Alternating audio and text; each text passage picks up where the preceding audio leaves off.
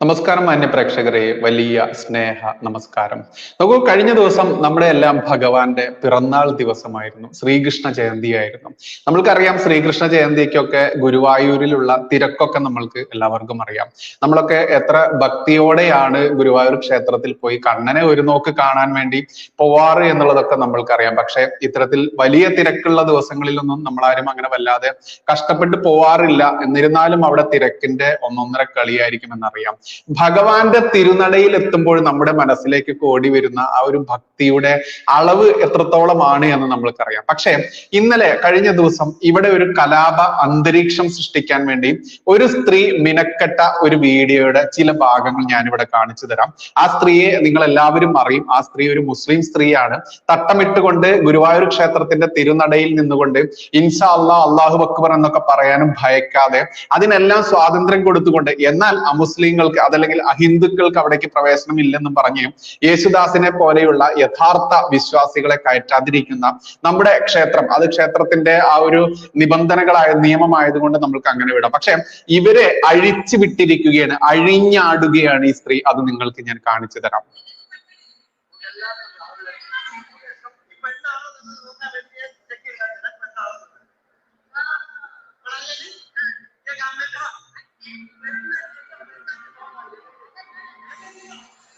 ഇവനെ കണ്ടോ?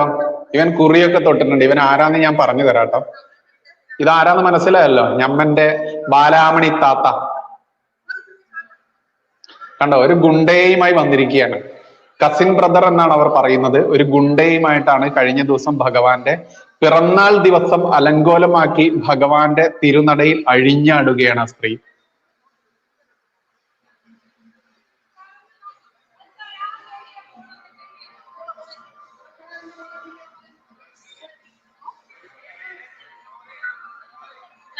നോക്കൂ, ഇത് മറ്റാരുമല്ല, ഈ സ്ത്രീ തന്നെ പറയുന്നുണ്ട് ഇവരുടെ കസിൻ ബ്രദർ ആണെന്ന് പറയുന്നുണ്ട്.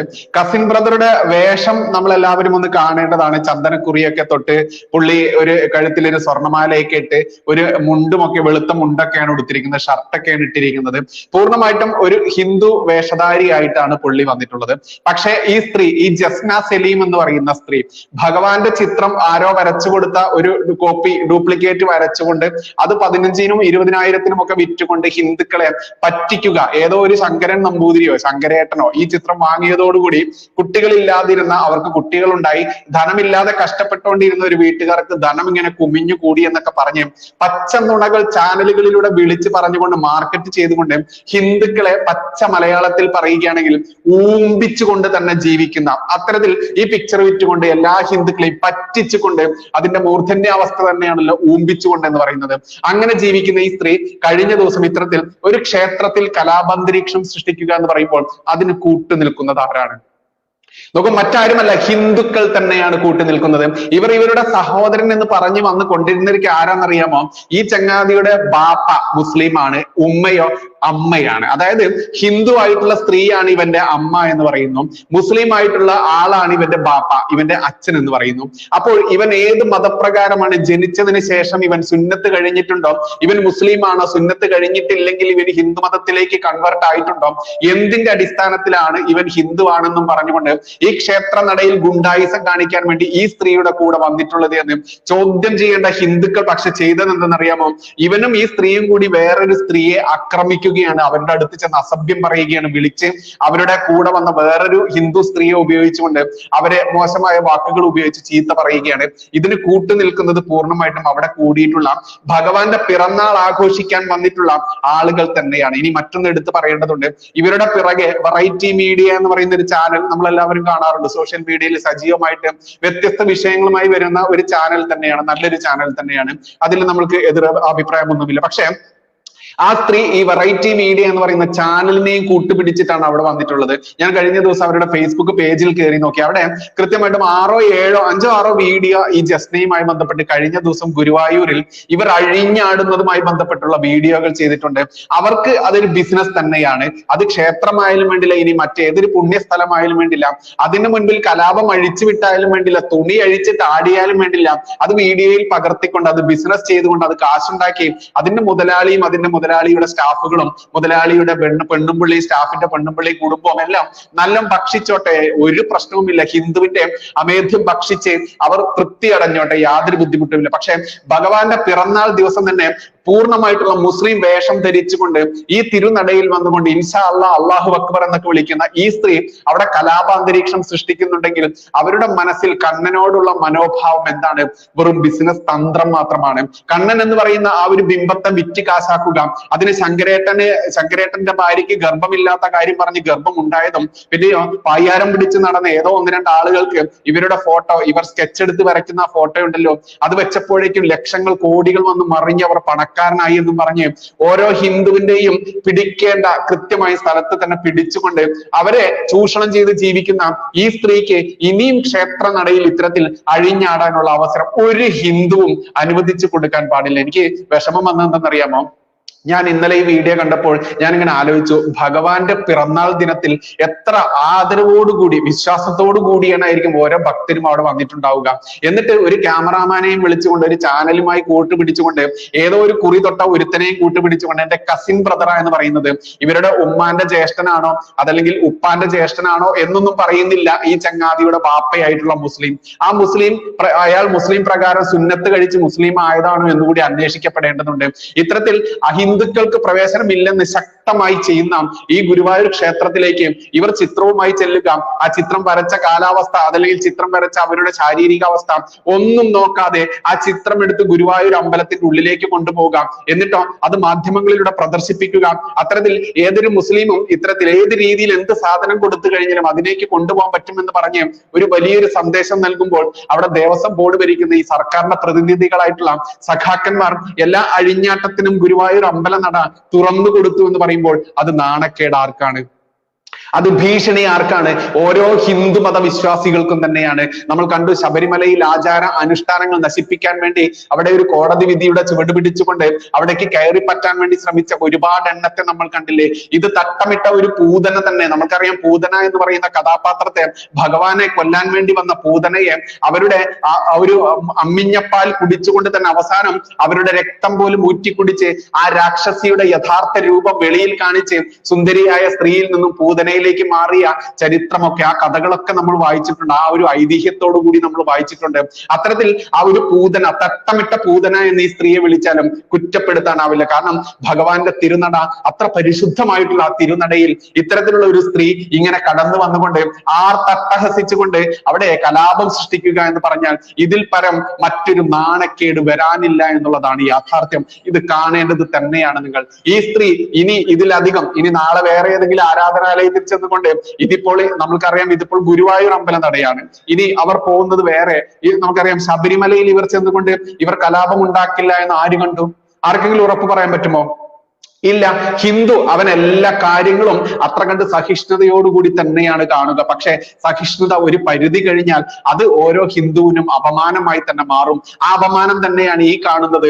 ഈ സ്ത്രീ ഏതോ ഒരാളെയും പിടിച്ചുകൊണ്ട് ആ ആളെ കൂടെ വന്ന ഒരു അമ്മ എന്ന രീതിയിൽ ഒരു അമ്മയെയും പിടിച്ചുകൊണ്ട് ഭഗവാന്റെ ജന്മാഷ്ടമി നാളിൽ തന്നെ പിറന്നാൾ ദിവസം തന്നെ ആ തിരുനടയിൽ കലാപം ഉണ്ടാക്കുമ്പോൾ അവരുടെ മനസ്സിൽ അവർ വായിലൂടെ പരസ്യത്തിന് വേണ്ടി പറയുന്ന PR വർക്കിലൂടെ പറയുന്ന അവരുടെ മാർക്കറ്റിങ്ങിന് വേണ്ടി പറയുന്ന കണ്ണനോട് സ്നേഹമുണ്ടല്ലോ, കണ്ണനോടുള്ള വിശ്വാസമുണ്ടല്ലോ, അത് ഒരിക്കലും ഇല്ല എന്നുള്ളത് ഈ വീഡിയോ കാണുന്ന ഏവർക്കും അറിയാൻ പറ്റും.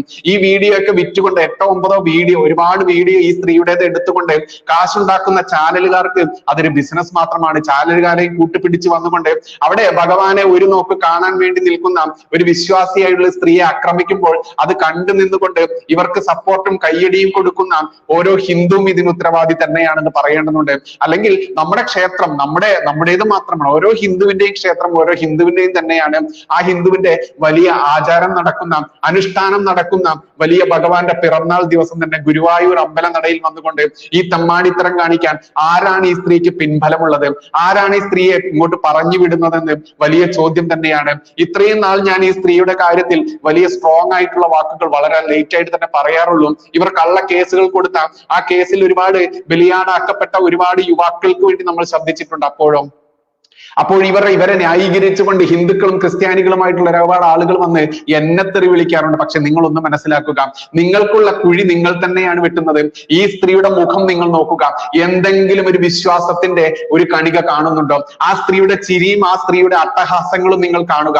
ആ സ്ത്രീ വിശ്വാസിയായിരുന്നെങ്കിൽ കണ്ണൻ എന്ന് പറയുന്ന അവർക്ക് ഇന്ന് അന്നം കൊടുക്കുന്ന, അവർക്ക് ഇന്ന് 4 നേരം അതല്ലെങ്കിൽ 3 നേരം വെട്ടി വിഴുങ്ങാൻ നക്കാൻ കൊടുക്കുന്ന ഈ കണ്ണന്റെ ഫോട്ടോ വിറ്റിട്ടാണ് എന്നുള്ള ബോധമുണ്ടായിരുന്നെങ്കിൽ ഭഗവാൻ കണ്ണന്റെ പിറന്നാൾ ദിവസം ഈ സ്ത്രീ ഇങ്ങനെ അട്ടഹസിച്ചുകൊണ്ട് ഏതോ ഒരുത്തനെയും കൂട്ടി വന്നുകൊണ്ട് മറ്റൊരു ഭാഷയിൽ പറയുകയാണെങ്കിൽ അവിടെ ഗുണ്ടായിസം കാണിക്കാൻ വേണ്ടി വന്നിട്ടുണ്ടെങ്കിൽ അതിനെ അനുവദിച്ചു കൊടുക്കുന്ന ഓരോ ഹിന്ദുവും, അവൾക്ക് പിൻബലം കൊടുക്കുന്ന, സപ്പോർട്ട് കൊടുക്കുന്ന അവരുടെ ചുറ്റുവട്ടത്തുമുള്ള 100 കണക്കിന് ഹിന്ദുക്കളുണ്ട്. ആ ഹിന്ദുക്കൾ തന്നെയാണ്, ആ ഹിന്ദുക്കളോടാണ് എന്റെ ചോദ്യം. നീയൊക്കെ നാളെ ഇത്തരത്തിൽ ഈ സ്ത്രീയെ ഇങ്ങനെ അനുവദിച്ച് വിട്ടതിന്റെ ഫലം നീയൊക്കെ അനുഭവിക്കാൻ പോകുന്നേ ഉള്ളൂ. ഈ സ്ത്രീയുടെ പിക്ചർ വാങ്ങിക്കൊണ്ട് നിന്റെ വീട്ടിൽ ഐശ്വര്യം കുമിഞ്ഞുകൂടാൻ വേണ്ടി വിയർപ്പിന്റെ അസുഖമുള്ള ഓരോ ഹിന്ദുവും ഇവളുടെ ചിത്രം ഇവൾ പറയുന്ന വിലക്ക് വാങ്ങുമ്പോൾ നീ മനസ്സിലാക്കുക, നിന്റെ ശവപ്പെട്ടിയിലെ ആണിയാണ് നീ അടിക്കുന്നത്. നോക്കൂ, ഈ സ്ത്രീയുടെ മുഖത്തെ ആഹ്ലാദം നിങ്ങൾ നോക്കൂ. ഈ സ്ത്രീ ഒരു വിശ്വാസിയായുള്ള സ്ത്രീയെ അവിടെ അസഭ്യം വിളിക്കുക, അതിന് ഉത്തേജിപ്പിക്കാനായിട്ട് ഒരു പുരുഷനെ കൊണ്ടുവന്നിരിക്കുന്നു. അത് അവരുടെ കസിൻ ബ്രദർ ആണെന്ന് പറയുന്നു. ആ കസിൻ ബ്രദറിന്റെ ബാപ്പ മുസ്ലിമാണ്, അമ്മ ഹിന്ദുവുമാണെന്ന് പറയുന്നു. അത്തരത്തിൽ മുസ്ലിം ആയിട്ടുള്ള ഒരാളുടെ മകന് എങ്ങനെയാണ് ഈ ക്ഷേത്രത്തിൽ പ്രവേശിക്കാനാവുക? അവൻ ചന്ദനക്കുറിയും വെള്ളമുണ്ടും ധരിച്ചു കഴിഞ്ഞാൽ ഏതൊരാൾക്കും ഗുരുവായൂർ പോലെയുള്ള വലിയ ക്ഷേത്രത്തിന്റെ ആചാര അനുഷ്ഠാന നിയമങ്ങൾ ബന്ധിച്ചുകൊണ്ട് തകർത്തുകൊണ്ട് പ്രവേശിക്കാനുള്ള അനുമതി ഉണ്ടെങ്കിൽ എന്തുകൊണ്ട് യേശുദാസ് എന്ന് പറയുന്ന മഹാഗായകന്, മഹാപ്രതിഭയ്ക്ക് അവിടെ പ്രവേശിക്കാനുള്ള അനുമതി കൊടുത്തുകൂടാ എന്ന ചോദ്യം നമ്മൾ ചോദിക്കേണ്ടതുണ്ട്. അവിടെ യേശുദാസിനെ അനുമതി കൊടുക്കണമെന്ന് ഒരിക്കലും നമ്മൾ ആരും പറഞ്ഞിട്ടില്ല.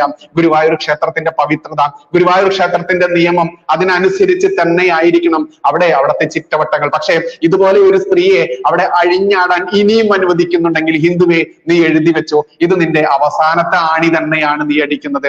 നാളെ നിന്റെ ഏതൊരു ആചാര അനുഷ്ഠാന കേന്ദ്രത്തിലേക്കും ഇത്തരത്തിലുള്ള സ്ത്രീകളെ ഇറക്കിക്കൊണ്ട് ആ ക്ഷേത്രത്തിന്റെ പവിത്രത തകർക്കാൻ വേണ്ടി ജിഹാദികൾ മിനക്കെട്ട് ആസൂത്രണം ചെയ്ത് നടപ്പിലാക്കുന്ന വല്ല അജണ്ടയ്ക്കും അപ്പോൾ നടക്കുമ്പോഴും നീ ഇതുപോലെ കണ്ണും മിഴിച്ച് വായും തുറന്ന് വല്ല ക്യാമറയിലും തന്റെ മുഖം പതിഞ്ഞാൽ താൻ ഫേമസ് ആയല്ലോ എന്ന ചിന്തയുമായി നടക്കുന്ന ഹിന്ദുവെ അവസാനം പറയുന്നു, നിന്റെ ശവപ്പെട്ടിയിലെ ആണി നീ അടിച്ചുകൊണ്ടിരിക്കുന്നു. നിന്റെ ആചാരങ്ങളും അനുഷ്ഠാനങ്ങളും സംസ്കാരങ്ങളും നശിപ്പിക്കപ്പെടുമ്പോൾ ആരാണ് ഇവിടെ തോൽക്കുന്നത്? ആരാണ് തോൽക്കുന്നത്? കഴിഞ്ഞ ദിവസം ഞാനൊരു പ്രോഗ്രാമിൽ പോയ സമയത്ത് ഞാനത് കവർ ചെയ്യാൻ വേണ്ടി പോയതാണ്, വീഡിയോ ചാനലിൽ ഇടാൻ വേണ്ടി മാത്രം പോയതാണ്. പക്ഷെ അവിടെ ചെന്ന സമയത്ത് അവിടുത്തെ കമ്മിറ്റിക്കാർ എന്നോട് 2 വാക്ക് സംസാരിക്കണമെന്ന് പറഞ്ഞു. അത് ഞാൻ കഴിഞ്ഞ ദിവസം നമ്മുടെ ചാനലിൽ പബ്ലിഷ് ചെയ്തിട്ടുണ്ട്. അവിടെ ഞാൻ ചോദിച്ചത് ഒരേ ഒരു ചോദ്യം തന്നെയാണ്. ഹിന്ദു എന്ന് പറയുന്ന 2 അക്ഷരം, ആ 2 അക്ഷരങ്ങളെ ഇത്ര കണ്ട് തെറ്റിദ്ധരിപ്പിക്കപ്പെട്ടുകൊണ്ട് എല്ലാവർക്കും ചവിട്ടിയരയ്ക്കാനും അതല്ലെങ്കിൽ കാർക്കിച്ചു തുപ്പാനും പരിഹസിക്കാനുമുള്ള ടൂളാക്കി മാറ്റിയത് ആരാണ്? ഹിന്ദു എന്ന് പറയുന്ന ആ ഒരു ജാതിയാണോ, മതമാണോ, സംസ്കാരമാണോ എന്നൊക്കെ നമുക്ക് മാറ്റിവെക്കാം. നമ്മുടെ ഇവിടുത്തെ ഭൂരിപക്ഷം വരുന്ന ഹിന്ദു എന്ന് പറയുന്ന ആ കൂട്ടമുണ്ടല്ലോ, ആ കൂട്ടത്തിന് എന്ത് അവകാശമാണ്, എന്ത് അധികാരമാണ് ഈ നാട്ടിലുള്ളത്? എന്നാൽ വോട്ട് കുത്താൻ വേണ്ടി മാത്രം ഹിന്ദുവിന്റെ ആ വോട്ട് മാത്രം വാങ്ങിക്കൊണ്ട് അധികാരത്തിൽ വരുന്നവന്മാർ തന്നെ ഹിന്ദുവിന്റെ നെഞ്ച് തകർക്കുന്ന, തലച്ചോർ തകർക്കുന്ന രീതിയിൽ ഹിന്ദുവിന്റെ നെഞ്ചത്തോട്ട് കയറുമ്പോഴും അപ്പോഴും ഹിന്ദു പറയും ഞാൻ മതേതരനാണ്, ഞാൻ ഹിന്ദുവല്ല, ഞാൻ മനുഷ്യനാണ് എന്ന്. എന്നാൽ ഈ സ്ത്രീ ഏതെങ്കിലും മസ്ജിദിന്റെ മുന്നിലോ ഏതെങ്കിലും ചർച്ചിന്റെ മുന്നിലോ പോയി ഈ പരിപാടി നടത്തുമോ? ഈ സ്ത്രീ നടത്തില്ല. ഇനി നിങ്ങളോട് ഞാൻ ചോദിക്കുന്നു, വിശ്വാസി സമൂഹമേ ചോദിക്കുന്നു, നിങ്ങൾ ഒരു ഹിന്ദു അതല്ലെങ്കിൽ ഒരു ക്രിസ്ത്യാനി, നിങ്ങൾ ഒരു മുസ്ലിം പള്ളിയുടെ മുൻപിൽ ചെന്നുകൊണ്ട് അവരുടെ ഏതെങ്കിലും ഒരു വിശേഷ ദിവസം വേണ്ട, ഒരു വെള്ളിയാഴ്ച ദിവസം നിങ്ങൾ ചെന്നുകൊണ്ട് അവിടെ വിശ്വാസി സമൂഹം കൂടി നിൽക്കുമ്പോൾ അവർക്കിടയിലേക്ക് ഇതുപോലെ പ്രശ്നവും ഉണ്ടാക്കി ഒരു ഹിന്ദുവോ ക്രിസ്ത്യാനിയോ ചെന്ന് കഴിഞ്ഞാൽ എന്തായിരിക്കും അവസ്ഥ എന്നുള്ളത് ആലോചിച്ച് നോക്കും. ഈ നാടവർ കുട്ടിച്ചോറാക്കില്ലേ, ഈ നാടവർ കത്തിക്കില്ലേ? അവിടെയാണ് വലിയൊരു ക്ഷേത്രത്തിന്റെ ചൈതന്യം തകർക്കുന്ന രീതിയിൽ തന്നെ, ഐശ്വര്യം തകർക്കുന്ന രീതിയിൽ തന്നെ ഈ സ്ത്രീ അവിടെ കലാപാന്തരീക്ഷം സൃഷ്ടിക്കാൻ വേണ്ടി ഏതോ ഒരു സ്ത്രീയെയും അവരുടെ മകനെന്ന് കെട്ടിച്ചമച്ചുകൊണ്ട് ഇവന്റെ ഉപ്പ മുസ്ലിമാണ്, ഉമ്മ അമ്മയാണ്, ഹിന്ദു ആണെന്നും പറഞ്ഞുകൊണ്ട് അവിടെയും ഹിന്ദുവും മുസ്ലിമും തന്നെ തമ്മിലുള്ള ആ ഒരു പ്രോബ്ലം ഉണ്ടല്ലോ, അതൊക്കെ വലിച്ചിഴച്ചുകൊണ്ട് ഞാൻ എന്തും ചെയ്യും, എനിക്ക് അതിനുള്ള സപ്പോർട്ട് എല്ലായിടത്തു നിന്നും കിട്ടുന്നുണ്ടെന്ന് ഓരോ ഹിന്ദുവിന്റെയും മൂക്കിൽ ചൂണ്ടിക്കൊണ്ട് മുഖത്തടിച്ചുകൊണ്ട് ഇത്തരത്തിൽ പെരുമാറുമ്പോൾ ഇനിയും ഇത് കണ്ടുകൊണ്ട് സഹിക്കണമോ എന്ന് ഓരോ ഹിന്ദുവും മനസ്സിലാക്കേണ്ടതാണ്. ഇവളുടെ പാവാട താങ്ങികളായിട്ടുള്ള കുറെ എണ്ണം ഇവിടെ ഇനി വരും. ഇവരോടൊക്കെ പറയാനുള്ളത്, എടോ നിന്റെ സംസ്കാരം, നിന്റെ ആചാരം അനുഷ്ഠാനം അത് നാളത്തെ നിന്റെ കുഞ്ഞു തലമുറയിലേക്ക് നിനക്ക് പകരാനായിട്ടില്ല എന്നുണ്ടെങ്കിൽ എല്ലാതും മറ്റു മതസ്ഥരുടെ കീഴിൽ അതല്ലെങ്കിൽ ഈ പറയുന്ന ജിഹാദികൾക്ക് കീഴിൽ പോയാലും നീ അത്ഭുതപ്പെടേണ്ടതില്ല. അന്ന് നീ കരഞ്ഞു വിളിച്ച് കണ്ണീരൊഴുക്കി നടന്നാൽ എന്താണ് ഇവിടെ സംഭവിക്കുക? നമ്മൾ കേൾക്കാറില്ലേ ലവ് ജിഹാദ് എന്ന് പറയുന്ന ഒരു പ്രശ്നം നമ്മൾ കേൾക്കാറില്ലേ? ഒരു വലിയ വിപത്ത് ലവ് ജിഹാദ്. ആ ലവ് ജിഹാദിലേക്ക് നമ്മുടെ മക്കളെ നമ്മൾ തള്ളിവിടുക ചെയ്യാൻ തന്നെയാണ്. ഇവിടെ മതേതരനാണ് ഞാൻ, മനുഷ്യനാണ്, എനിക്ക് ഹിന്ദു എന്ന മതമില്ല, ഞാനിവിടെ എല്ലാവരെയും സ്നേഹിക്കുന്നു, ഞാൻ ഹിന്ദു അല്ല എന്നൊക്കെ പറഞ്ഞു നടക്കുന്ന മതേതരന്മാരുടെ മക്കളെയാണ് ആദ്യം ലവ് ജിഹാദിൽ പെടുത്തിക്കൊണ്ട് ഇവന്മാർ അപ്പുറത്തോട്ട് കടത്തുന്നതെന്ന് മനസ്സിലാക്കുക. അപ്പുറത്ത് എത്തിക്കഴിഞ്ഞാൽ നിന്റെ മകളായിക്കോട്ടെ, നിന്റെ സഹോദരി ആയിക്കോട്ടെ, നിന്റെ അമ്മയായിക്കോട്ടെ, അവർക്ക് പെറ്റുകൂട്ടാനുള്ള വെറും ഒരു കൃഷിയിടം മാത്രമാണ് എന്ന് നീ മനസ്സിലാക്കുക. നിന്റെ ആചാരങ്ങളും അനുഷ്ഠാനങ്ങളും സംസ്കാരവും എന്നിവിടെ നശിക്കുന്നു, അന്ന് ഈ നാടിന്റെ ഐശ്വര്യം തീർന്നു, ഈ നാട് നശിച്ചു എന്നുള്ളത് ഓരോ ഹിന്ദുവും മനസ്സിലാക്കുക. അത് തന്നെയാണ് ഇവിടേക്ക് അധിനിവേശം നടത്തിയിട്ടുള്ള ഓരോ ഇസ്ലാമിക മതേതരനല്ല ഇസ്ലാമിക അധിനിവേശ ശക്തി ആയിക്കോട്ടെ, ക്രൈസ്തവ അധിനിവേശ ശക്തി ആയിക്കോട്ടെ, അവരൊക്കെ ഇവിടെ വന്നപ്പോൾ നമ്മുടെ സംസ്കാരം, നമ്മുടെ ക്ഷേത്രാചാരങ്ങൾ ഇതൊക്കെ നശിപ്പിക്കാനാണ് ആദ്യം തന്നെ ശ്രമിച്ചത്. എന്തുകൊണ്ടാണ്? പിന്നെയോ വിദ്യാഭ്യാസ സംസ്കാരം ഇതൊക്കെ നശിപ്പിക്കാൻ വേണ്ടി ശ്രമിച്ചത് എന്തുകൊണ്ടാണ്? അത് നശിച്ചു കഴിഞ്ഞാൽ മാത്രമേ നമ്മളെ തളർത്താൻ, നമ്മളെ തകർക്കാൻ ഇവർക്കാവുകയുള്ളൂ എന്ന് ഇവർക്കറിയാം. അതുകൊണ്ട് നമ്മുടെ സംസ്കാരം നശിപ്പിച്ചുകൊണ്ടിരിക്കുന്ന ഈ നാളുകളിൽ ബാക്കിയുള്ള സംസ്കാരമെങ്കിലും നിന്റെ ബാക്കിയുള്ള തലമുറയ്ക്ക് വേണ്ടി കാത്തുരക്ഷിക്കാൻ നിനക്കായില്ലെങ്കിൽ, ഇന്നിപ്പോൾ നീ ഈ സ്ത്രീക്ക് പിറകിൽ കണ്ണും പിഴിച്ച് ഈ സ്ത്രീ കാട്ടിക്കൂട്ടുന്ന കലാപം കോലാഹലങ്ങൾക്ക് ചുക്കാൻ പിടിക്കുന്നുണ്ടല്ലോ, അവിടെ നീ നാളെയും വായും തുറന്ന് കണ്ണും തുറന്ന് നിൽക്കാനേ നിനക്ക് അധികാരം ഉണ്ടാവുകയുള്ളൂ. നിന്റെ കൊച്ചുമക്കളും നിന്റെ കുട്ടികളും നിന്നെ ഇട്ട് ഓടിപ്പാഞ്ഞ് ഇവന്മാരുടെ കൂടെ ലവ് ജിഹാദിന്റെ പേരിലായിക്കോട്ടെ മറ്റേതിന്റെ പേരിൽ പോയാലും അപ്പോൾ കണ്ണീരൊഴുക്കി വാർത്ത് നിൽക്കുന്ന നിന്റെ അവസ്ഥ ഇപ്പോൾ ചിന്തിച്ചാൽ നിനക്ക് രക്ഷ നീ മാത്രമേ ഇപ്പോഴുള്ളൂ എന്ന് ചിന്തിക്കുക. നന്ദി, നമസ്കാരം. ജയ് ഹിന്ദ്, ജയ് ശ്രീറാം.